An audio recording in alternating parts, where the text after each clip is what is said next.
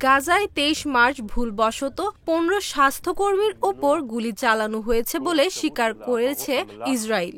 এই বিষয়ে আইডিএফ বলছে তাদের সেনারা হেডলাইট বা জরুরি সংকেত ছাড়া চলাচল করা সন্দেহজনক যানবাহনের উপর গুলি চালিয়েছিল। তবে সেদিনের ঘটনার একটি ভিডিও ফুটেজ প্রকাশ করেছে বেশ কিছু আন্তর্জাতিক সংবাদ মাধ্যম।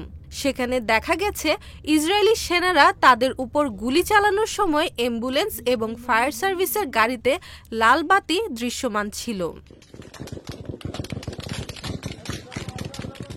২৩ মার্চ রাফার উত্তরে ভিডিওটি ধারণ করা বলেও জানানো হয়েছে।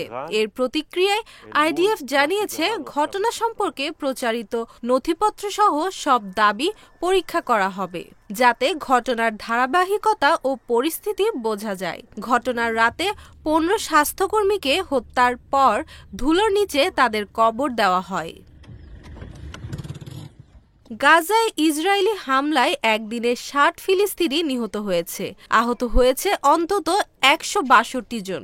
১৮ মার্চ থেকে উপত্যকাটিতে প্রাণহানি ছাড়িয়েছে ১৩০০ জন। এছাড়া ২০২৩ সালের ৭ অক্টোবর থেকে এই সংখ্যা ছাড়িয়েছে ৫০,৬০০।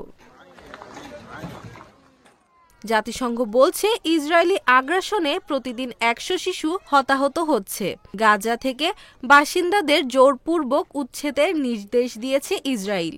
নতুন করে বাস্তুচ্যুত হয়েছে প্রায় ৩ লাখ। পানি সরবরাহ বন্ধ থাকায় উত্তর গাজায় তীব্র পানির সংকট দেখা দিয়েছে।